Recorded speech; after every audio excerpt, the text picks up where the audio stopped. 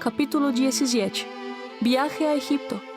Bajo la tenue luz de una luna creciente en el cielo oscuro, apenas podían distinguirse las figuras de la Sagrada Familia mientras emprendían su largo viaje.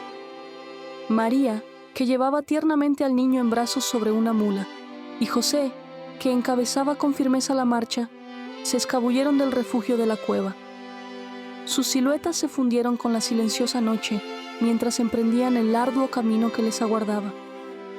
Tras varios días de viaje, llegaron a las afueras de Gaza. Allí, entre las calles polvorientas y el cansancio del viaje, María vio a José tropezar de puro cansancio. La mula también se había cansado y se negaba obstinadamente a seguir adelante. Con dulzura, María se dirigió a él. José, necesitas descansar, y esta pobre bestia de carga no aguantará un día más sin la misma consideración. Detengámonos aquí, en Gaza, 1 o 2 días. Seremos bien recibidos en casa de Merta, la vieja amiga de mi prima Isabel. Está sola ahora que su marido la ha dejado viuda. Atiende a los enfermos del pueblo y yo podría ayudarla mientras tú descansas. Su estancia temporal les condujo a la modesta vivienda de Merta, una anciana cuyas bondadosas manos habían cuidado durante mucho tiempo de los enfermos. En una de sus estrechas habitaciones, 2 niños extremadamente enfermos yacían en un estrecho catre, con el rostro pálido y la respiración entrecortada. Merta consoló a los angustiados padres diciendo: No hay nada más que hacer.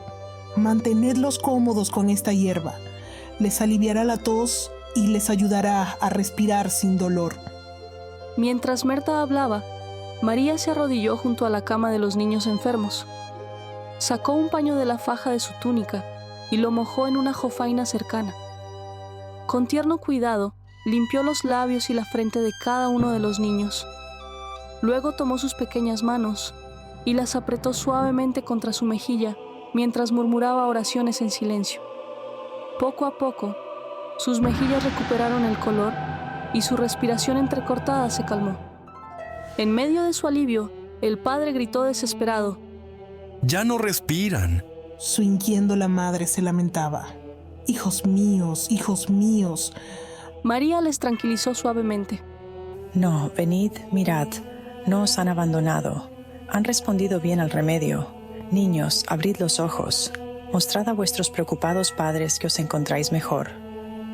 Luego, haciendo una seña a Merta, añadió: Dejemos este momento feliz porque aún tenemos más que ver.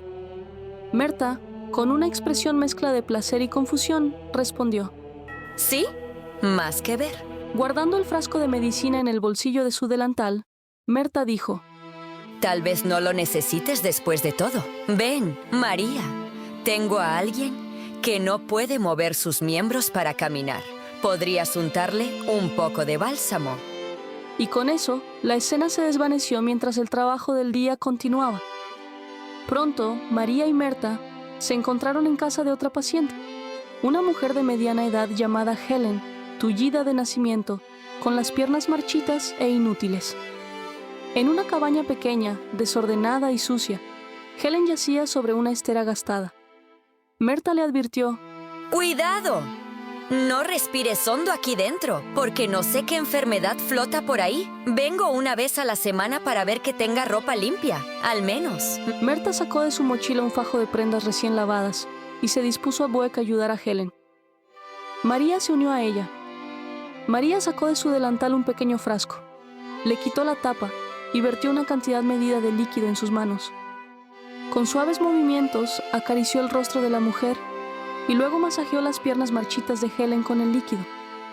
Milagrosamente, como tocados por la gracia divina, los miembros recuperaron lentamente su forma y su fuerza. Abrumada, Merta cayó de rodillas maravillada, exclamando: ¿Quién eres? Bendita mujer. ¿Qué poderes te ha dado Dios? María respondió suavemente: ¿Qué fe te ha concedido para permitirte ver lo que está oculto? Quédate tranquila, querida Merta, pues mi familia está aquí solo por un día. No estaría bien divulgar demasiado estas maravillas. Merta prometió: Me quedaré y ayudaré a esta a limpiar su choza. Ahora que puede andar, podrá ayudarme a cuidar de los demás. Tú debes volver con tu familia. Con sincera gratitud, María se excusó y, al marcharse, la mujer curada se arrodilló y besó repetidamente las manos de María. Poco después, el viaje de María la llevó a la escalinata de un templo cercano. En el exterior, junto a un muro en ruinas, varios indigentes se reunieron para suplicar desesperadamente que les dieran de comer. Sin temer su situación, María se encontró rodeada de pobres y hambrientos. Un hombre le suplicó: Por favor, mi hijo lleva 2 días sin comer. ¿Tiene algo de sobra? Una voz pequeña y llorosa se le unió. Comida, papá, comida. Una mujer cercana se lamentaba. Nuestros vecinos no son más que ratas que hurgan en los barriles de grano. Por favor, dales algo a los pequeños. Uno de los hombres que observaban advirtió: Ten cuidado, podrían morderte la mano. El grupo se echó a reír y una niña pequeña, sin inmutarse, se abalanzó para abrazar al hombre, pero una pierna temblorosa la apartó. María se arrodilló junto a la niña, la cogió en brazos y la consoló con ternura. Volvió a la niña hacia los hombres y les dijo con tono suave pero insistente: Mírenla a los ojos, vean el hambre que tiene. Poned vuestra mano sobre ella, sentid la fragilidad de su pequeño cuerpo. Si tu propio hijo estuviera así de hambriento y no pudieras alimentarlo, ¿no rogarías por la bondad de otro? La comida que apartas en cada comida es más de lo que esta niña ha visto en toda una semana. ¿Qué la aleja de tu mesa? Veo compasión en tus ojos. Ahora es el momento, amable Señor, ahora es el momento. Conmovido por sus palabras, un hombre ofreció unas monedas de su bolsa y otro rodeó con su brazo a un padre indigente, instándole a que le siguiera. María dejó al niño en el suelo, se arrodilló ante los padres y les bendijo las manos en señal de gratitud. Tras varios días de curación y humilde servicio, la Sagrada Familia se preparó para reanudar su viaje. En la modesta casa de Merta, María montó de nuevo en la mula y José le entregó al niño. Gracias de nuevo, Merta, por tu amabilidad. Swing, dijo José agradecido. Aunque estos últimos días he dormido casi siempre, agradezco que mi amada tuviera una compañera sabia y solícita. Merta sonrió afectuosamente. Oh, soy yo quien está más agradecido. Ahora, cuídate en el desierto. ¿A dónde te diriges, dijiste? María respondió: No muy lejos, Merta, y José tenía razón. Tu sabiduría ha sido una verdadera bendición en esta corta visita. Que Dios te acompañe. Merta respondió: Y contigo, mi bendita amiga. Y con eso se separaron. La Sagrada Familia se adentró en la vasta e inflexible extensión del desierto de Bersabe, en Palestina. El frío de febrero se apoderaba del aire y el desierto se extendía interminable ante ellos, un mar de arenas estériles que no ofrecía refugio ni consuelo. El viento aullaba como una bestia salvaje. Sus furiosas ráfagas azotaban el vacío, ahogando incluso las voces de José y María cuando intentaban hablar. La tormenta parecía viva y sus susurros arrastraban el inquietante peso del vacío. Entonces, a través del caos arremolinado, surgió a lo lejos una pequeña estribación, una débil promesa de refugio. La voz de José atravesó la tempestad, urgente y decidida. Allí encontraremos refugio. Los gritos del niño penetraban en el aire, frágiles pero insistentes, mientras María luchaba por proteger a su hijo de los implacables y punzantes vientos. Desmontó de la mula, cuyos cansados pasos vacilaban bajo la guía de José, y avanzó a pie. Un brazo sostenía al recién nacido, el otro se extendía hacia adelante, con los dedos arañando la tormenta como si quisiera desviar su furia. Paso a paso, avanzaron hacia la ladera, y el rugido del viento se fue amortiguando a medida que se acercaban al refugio.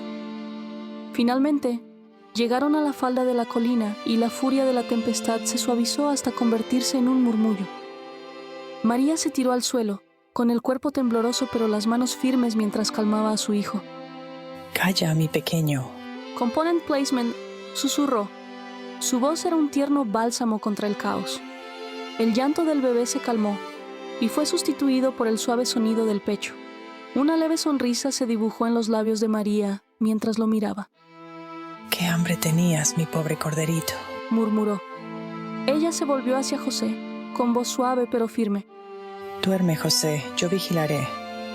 José, agotadas sus fuerzas, asintió débilmente y se desplomó contra la ladera.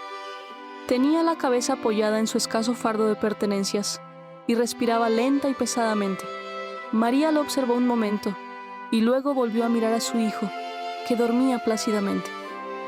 Le dolía el corazón por el peso del viaje, pero también sentía una esperanza silenciosa e inquebrantable. El desierto se extendía sin fin a su alrededor, pero en aquel momento, al abrigo de la colina, reinaba una paz frágil. A medida que la Sagrada Familia se adentraba en su viaje a Egipto, recorría penosamente más de 100 millas a través del despiadado desierto de Bersabe. Cada día se alargaba interminablemente, con el sol abrasador sobre sus cabezas y las noches ofreciendo poco respiro. María y José no se alimentaban más que con una escasa comida, ingerida a altas horas de la noche tras horas del agotador viaje. Los elementos no se apiadaron de ellos, y una noche, una tormenta salvaje se abatió sobre ellos con una furia implacable. La lluvia caía a cántaros, y el viento aullaba como un espíritu vengativo, desgarrando sus ya maltrechos espíritus. María, aunque firme en su fe, no pudo proteger a su hijo de la ira de la tormenta, sin invocar el poder divino.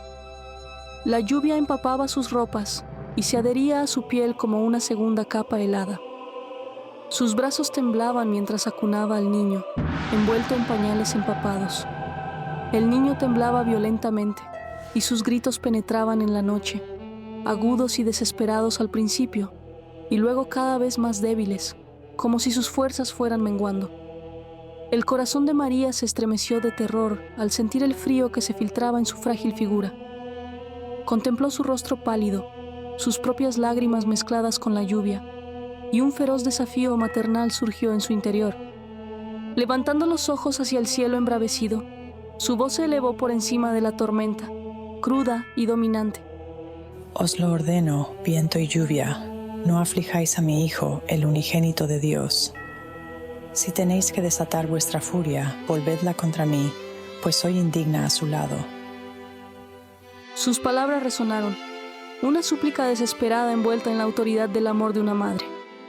La tormenta pareció vacilar, su furia se calmó momentáneamente, como si los mismos elementos se hubieran detenido para escuchar su grito. María abrazó más fuerte a su hijo, con el cuerpo tembloroso no por el frío, sino por el peso de su sacrificio. En aquel momento, era vulnerable e inquebrantable, un faro de devoción frente a la ira de la naturaleza. En respuesta a su súplica, un globo luminoso rodeó al niño en sus brazos. Conmovido por el amor de su madre, Jesús pidió al ejército de ángeles que les acompañaba que ampliara el globo de luz para rodear a María y a José. Este milagro sostuvo a la Sagrada Familia a través de muchas pruebas en su largo y traicionero viaje a Egipto. Por fin, la Sagrada Familia llegó a Egipto. Sus cansados pasos los llevaron a una tierra ensombrecida por las tinieblas. Muchos de sus habitantes estaban atrapados, sus almas atadas por las siniestras garras de Lucifer y sus malévolos ministros. Sin embargo, cuando María y José entraron en las ciudades, un poder silencioso pero profundo se agitó entre ellos. El niño Jesús, acunado en los brazos de su madre, levantó sus pequeños ojos y manos hacia el cielo, con la mirada fija en su Padre Celestial. Aunque no pronunció palabra alguna, su súplica silenciosa resonó con urgencia divina, una llamada a la misericordia, a la liberación, a la salvación de los que estaban atrapados en la desesperación. María, siempre en sintonía con la sagrada misión de su Hijo, se unió a él en esta oración tácita. Su corazón, lleno de compasión, latía al unísono con el suyo mientras ofrecía su propia súplica. Juntos, sus gritos silenciosos se elevaron como un faro de luz, atravesando el velo de oscuridad que se cernía sobre la tierra. En ese momento, el aire mismo pareció temblar con el peso de su devoción, como si el cielo mismo se inclinara para escuchar su súplica. Las pequeñas manos del niño, alzadas con inocencia y poder, se convirtieron en un símbolo de esperanza, una promesa de que, incluso en los lugares más sombríos, la luz de la salvación no podía extinguirse. Los oscuros cielos egipcios pronto se llenaron de nubes de tormenta, relámpagos y espíritus malignos que eran expulsados de los cuerpos de los oprimidos. Los ídolos se hicieron añicos, los altares se derrumbaron y los templos cayeron en ruinas cuando el poder divino arrasó la tierra. El pueblo egipcio, asombrado por estos sucesos inexplicables, comenzó a reconstruir sus ciudades. En medio del caos, los extranjeros, la Sagrada Familia, se adelantaron para ayudar. Mientras trabajaban junto a los lugareños, María empezó a hablar de las profecías de Isaías. ¿No se predijo que vendría el Mesías, rey de los judíos, y que los templos de los ídolos serían destruidos? No hay más que un Dios verdadero, creador de todos los misterios de la vida. Mira a tu hijo, ¿no te maravilla su perfección? Tan joven, pero lleno de razón y fuerza. Y tú, señora, cuando lavas la ropa en el río, ¿no te maravillas ante el caudal vivificador que sustenta a tu familia? Él, el único creador del cielo y de la tierra, creó todo con belleza y propósito, por amor a todos vosotros. Multitudes se reunían para oírla hablar y presenciar los milagros. La limpieza de demonios de ídolos y cuerpos poseídos, la curación de graves enfermedades, todo ello ayudado por las fervientes oraciones de su hijo. Por fin, su arduo viaje terminó cuando la familia se instaló en la ciudad de Heliópolis. Se instalaron en una humilde morada de 3 habitaciones. Una de ellas se convirtió en santuario para el niño Jesús, bajo el cuidado de María, otra se reservó como dormitorio de José, y la última sirvió como su modesto taller de carpintería. En aquellos tiempos difíciles, a José le escaseaba el trabajo y a menudo se enfrentaba al rechazo, mientras que María, dotada como costurera, recogía labores de costura de casa en casa. En su pequeño hogar, desde el amanecer hasta el anochecer, María trabajaba no solo para cubrir sus necesidades diarias, sino que también atendía con ternura a Jesús y apoyaba a José. En los momentos de silencio en la habitación del niño, María se arrodillaba en oración, con una suave luz que irradiaba de su corazón y del de su hijo, una comunión sagrada a la que pronto se unió una tercera luz desde lo alto, mientras el Dios de todo hablaba con ellos. Así, entre penurias y maravillas divinas, prosiguió el viaje de la Sagrada Familia, un testimonio de fe, resistencia y el poder transformador del amor que cambiaría para siempre el curso del destino humano.